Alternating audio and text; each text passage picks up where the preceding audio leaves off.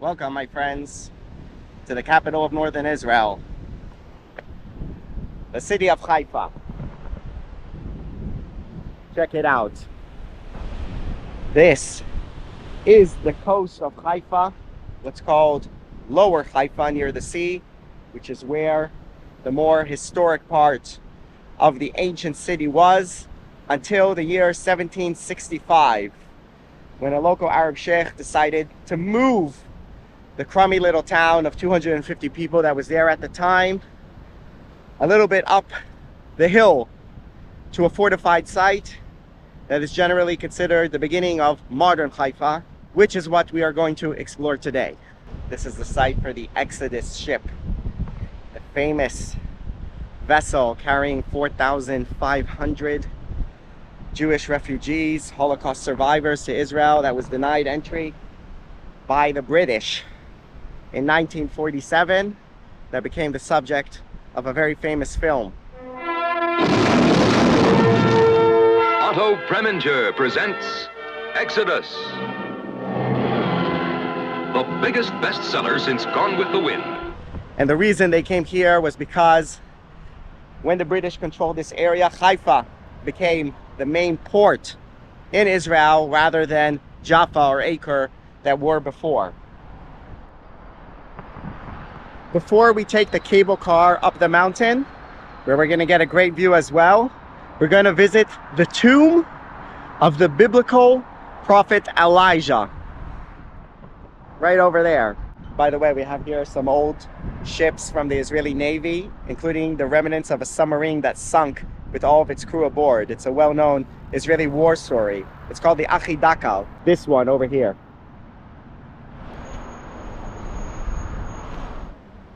It says there, the tomb of Elijah the prophet. סליחה, איפה הכניסה למערה?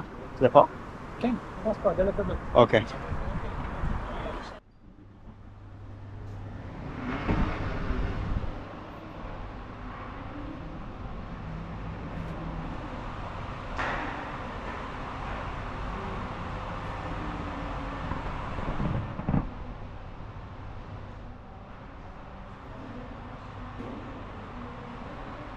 So the prophet Elijah, he appears in the book of Kings as a prophet in the northern kingdom of Israel under the heretic king Ahab, who preferred to worship a different god named Baal rather than the God of the Jewish people, Yahweh.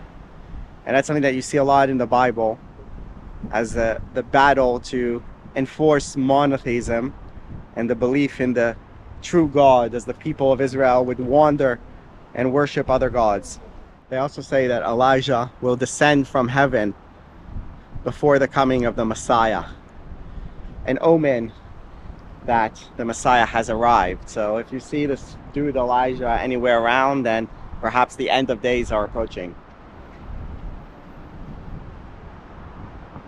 Sorry for interrupting. Maybe I know you from some videos that I saw. Maybe, yeah. Okay, look, this dude, he just recognized me from one of my videos. He works Yes. here at the site, the tomb of Elijah. Security guard. Security guard. Do you know what do you know about that? You're Arab, no? Yes, I'm in Arab. I work here as a guard and also Right. fix multiple things. So is Elijah, is he any type of figure in... From what I know, he's a prophet from multiple faiths and Yeah. multiple beliefs.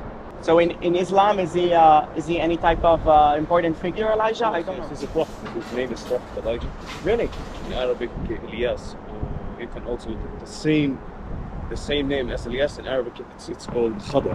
Ah, okay. Yes. It's the name. It's the same meaning of Elias. Right. And in English, Elijah. Yeah. Elias, it's an Arab name. So So this place used to be a church. It used to be a mosque, and now it's considered as a synagogue. But at the same time, it's multiple faiths come here, not specifically only Jews. right. Well, interesting. I didn't know this place existed till I came to Haifa, and I don't usually spend much time in Haifa. so- I'm 20 years old. Maybe just I don't know, few weeks I knew this place and I started working. Me okay. personally, I just knew it. Yeah, well, best of luck, my you. friend, and thank you for Nice day, for recognizing and joining the video. Thank you. Thank you. All right, brother. By the way, the main reason that I recognize that the guy is Arab is by his accent. Yeah, not by the way he looks, because Arabs and Jews can look quite similar, but by his accent, both in Hebrew and English, was the giveaway for me. אהלן. מה נשמע? אז זו סוכה ציבורית? כן, אני יוטיובר, כן. What can you tell me about Eliyahu or Elijah, the prophet Elijah? He was a prophet. Yeah. So if you are familiar with the stories in the Bible, so the story of this place, so here is Elijah's cave. So in this place, what they say, so he was hiding here. There is such a story in the Bible. He was hiding here when the king was looking after him, wanted to kill him, and so he was hiding here. And then he didn't have anything to eat, so he prayed, and then birds brought him food to eat. So this was the place here, this cave, and you can see on the walls of the cave. Have you been to the cave already? I went now. Yeah. There's some writings there. Many visitors, they just carved their names on the stone. So you can see that in different languages. You can see Greek letters, Hebrew letters, English letters from over the time that visitors carved their names on the stone. It's a very spiritual place, right? I mean, you feel like something spiritual in this place. It's ancient. You can see it's ancient, but a lot of places in Israel are. Right. It's also very well maintained. Yeah, they renovated it now. I just have a question though, because I'm not from Haifa and I didn't know much about this site. And I went. I thought the cave of Elijah is inside the Stella Maris monastery. There's another site. Cave, right? But this is the other cave. Is the cave where they say, I don't know if it's true or not, that Elisha is buried there. So there's another cave, and the tradition about that cave above that, it's that Elisha is buried in that cave. This is the sukkah which you put up in the holiday of Sukkot in Israel. It's commemorating the Israelites going through the desert. So when they were going through the desert, they built this Sukkot, it's called. So and the holiday of Sukkot, there's an English name also for that. I think the holiday of Tabernacles. Tabernacles. The tabernacles, yeah. So you are supposed to live 7 days in such a sukkah. Do you do it? To eat and sleep. I try my best. I mean, I eat maybe twice a day in a sukkah. Sometimes I sleep also in a sukkah. I love it very much. It's my favorite holiday. Your name is again? My name is Nathan. Nathan. All right, so I'll say thank you to Nathan. Nothing, like meeting strangers in a sukkah that is resisting the storm, the weather outside.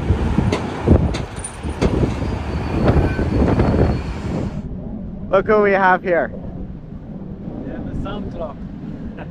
Sun clock. Hey, what's up? How's man? it going, brother? This is Yuval. See you again. You might have remember him from our video from the slums of Tel Aviv that we used to live in together. And now you live in Haifa, huh? Yeah, I live in Haifa, so you came to do a video in Haifa with me. Of course. So what do you think about Haifa? Give us in 10 seconds. Haifa is a very nice city in north of Israel. It's very vibrant compared to other small cities. But compared to Tel Aviv, it's a bit, some people say it's kind of, sleepy, but there is a lot of different cultures. The Arab, Christians, Muslims, Israeli Jewish, and there is a very nice culinary scene in Haifa, so that is nice. All right, check it out. This is the entrance to the cable car. I've never taken a cable car in Israel, so I'm excited. הוא מחכה לנו? הרכבל מחכה לנו עכשיו? It's waiting for us. There's nobody here. So you can see the shape. It looks like a ball, and so this is another nickname that it has. It's Yes. Gouel, which is the mayor that initiated this project. Gouel balls. Take from that what you will. Yeah, I mean it's pretty obvious, but Let's see. Maybe we'll get a good view here. They're closing it for us. Spanish wife of Yuval. I went all the way to Spain for their wedding. Spanish wife of Yuval, like there are other wives. Yeah. The Israeli one. Yeah, French there's the Israeli one and the French one and the Spanish one, right, Yuval? just one is enough.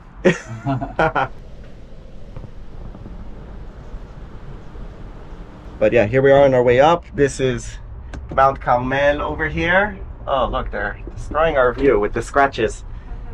Mount Carmel. And right at the top here, the end of the route of this cable car is Stella Maris. the monastery.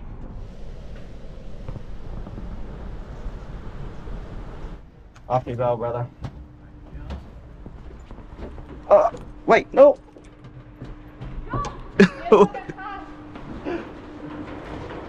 Look at this guy. He's trying to shut the cable car in my face.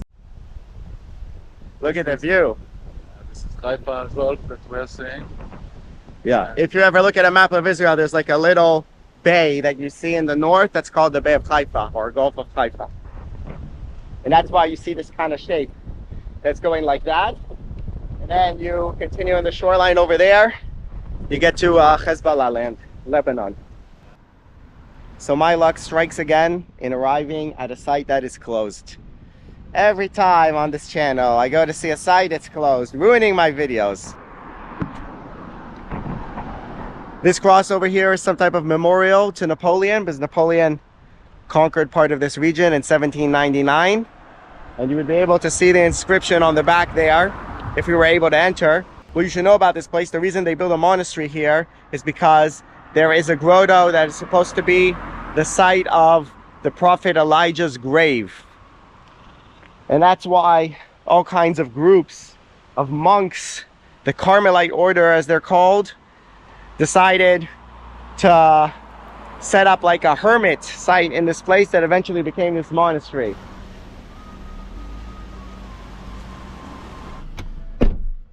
Baha'i Gardens? Exactly. Yuval here has to navigate in the good old style. Yeah, the GPS signal is really bad in Haifa. It's scrambled because of Hezbollah. Yeah, because of the missile. Let's see where we are right now, according to Google Maps. They used to actually navigate like this. Yeah, it makes you smarter. With maps. With maps. Not with GPS. I used to travel with my parents in Europe and all over the world, and they were navigating with maps.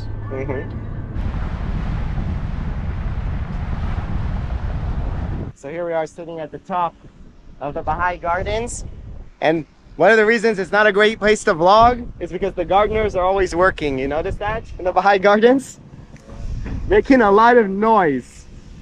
But they make it so perfect that you cannot find any defect. There are even That's people crazy. who volunteer here to work Yeah. because they believe in the Baha'i faith. This guy called Baha'u'llah, he was born in Iran, and he founded this faith called Baha'ism, which sort of believes in all the faiths coming together in one way or another. They have like 8 million adherents around the globe, many of them in the Middle East who are badly persecuted over there. But here in Haifa, they found support in order to build these amazing gardens. And what you see over there, that is the shrine of the Bab, who came even before Baha'u'llah. He is like a predecessor of the themes of the Baha'i religion, and that is the center of the complex here of the Baha'i Gardens. You can also see here in the distance the port of Haifa. That's the end of the road for the Baha'i Gardens. So one of our phones here now says that we're in Amman, in Jordan. Well, now it's corrected, but it said that he was in Oman. No, The blue dot. it's telling you to get to the shawarma, you have to drive from Amman, and it will take you a long time. What's special about this shawarma that we're going now? I'm not sure, but the people say it's one of the best shawarma. Shawarma Emil, Haifa. you see, you never had it? I never had it, it's the first time. And well, the best shawarmas in Israel, Yeah. most of them are in Haifa. So it's supposed to be very, very good. Why is that? Why you see it's packed with people? Yes, tell us about the shawarma, Yovan. So you see this is a very long one. Usually it's a bit smaller. Yeah. And you can see the fat on top, and you see the fat is dripping downwards on all of the meat, and also on the tomatoes and the onion, which is beneath the meat. So it's absorbing all the flavor, and then they put it in a pita, and it should be very nice. Yeah, so it's called pro shawarma, as opposed to amateur shawarma. There is a very big concentration of shawarma here. The downtown of Haifa is very known for having a very nice shawarma. Made by Arabs, of course. I give them my respect. So their cooking, their cuisine is very, very good. Opa. תודה רבה. תודה. All right, cheers, guys. Cheers. What do you think? Does it deserve the name of the best shawarma in Haifa? It's one of the best for sure. The meat is very tender. What's true? It has a lot of flavor from the grease that we saw on top. And it's very nice. Very nice. So there's a small market here. We're gonna get some coffee in a neighborhood called Wadi Nisnas.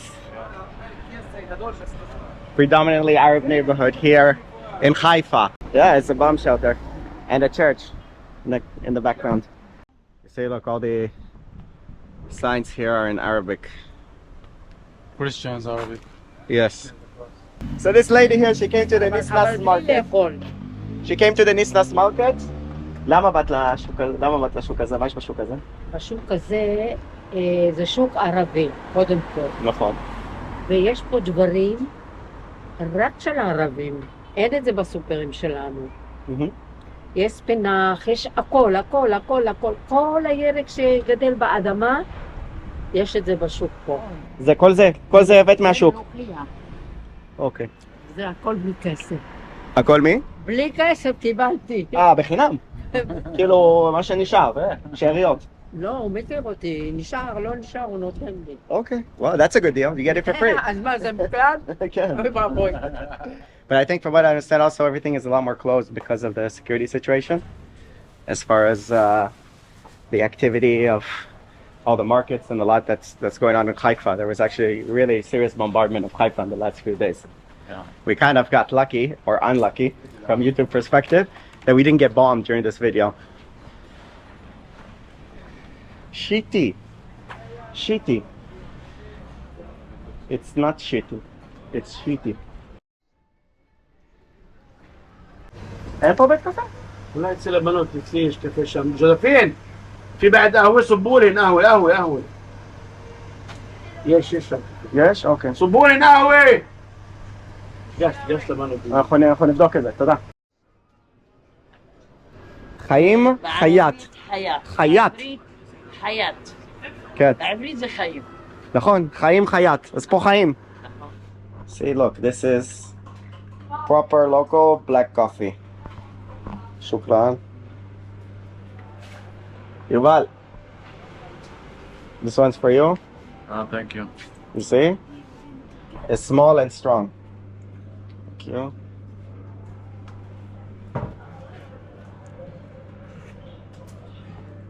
מה זה המכונה הזאת פה? קלייה. מכונת קלייה. כן? זה נראה עתיק. נכון, זה לא חדש. כן. כמה זמן זה החנות הזאת? זה נראה חנות עתיקה? 42. 42 שנה? ו-42 שנה אתה עובד פה. יפה. מה קרה שהקמת חנות של קפה? בא לי. יש את הקפה הכי טוב. ככה זה, אני לא יודע אם זה הכי טוב כי לא טעמת את כל הקפה, אבל... תמרים עם? חרובים. אוקיי, so it's dates. נכון. It's like a sweet. נכון מאוד. Wow. Very sweet. What do you think, Yuval?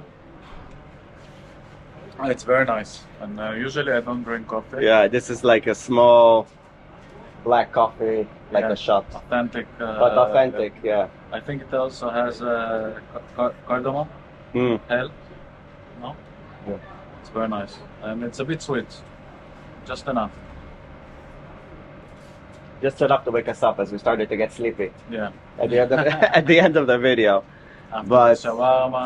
Yeah, after the shawarma, which was 45 shekels. It's like $13, Yeah. something like that. That's a lot. Yeah. Like the prices have gone up so much. Yeah, in Israel in general. Yeah. And that's what people here say, that It's not the war that will kill the people, it's the prices. Seriously, it's really, really, really expensive to do anything here. To do a video here. My goodness. This one we got though for 10 shekels, which is like $2-3, which is... For both. Cheers, man. Cheers, Thank you man. for joining me in this video and showing us a bit of Haifa. Sure. Feels a little empty compared to what it could be, I Yeah. think. And I'm sorry about that. that's because of the security situation, but still it was nice to see a bit of what the city has to offer. And this is just the tip of the iceberg. There's a lot more in Haifa than this. Yeah, of course. You're very welcome. I enjoy it. Yeah. Let's go. Let's film another one. Haifa part 2 coming soon. See you guys. Ciao.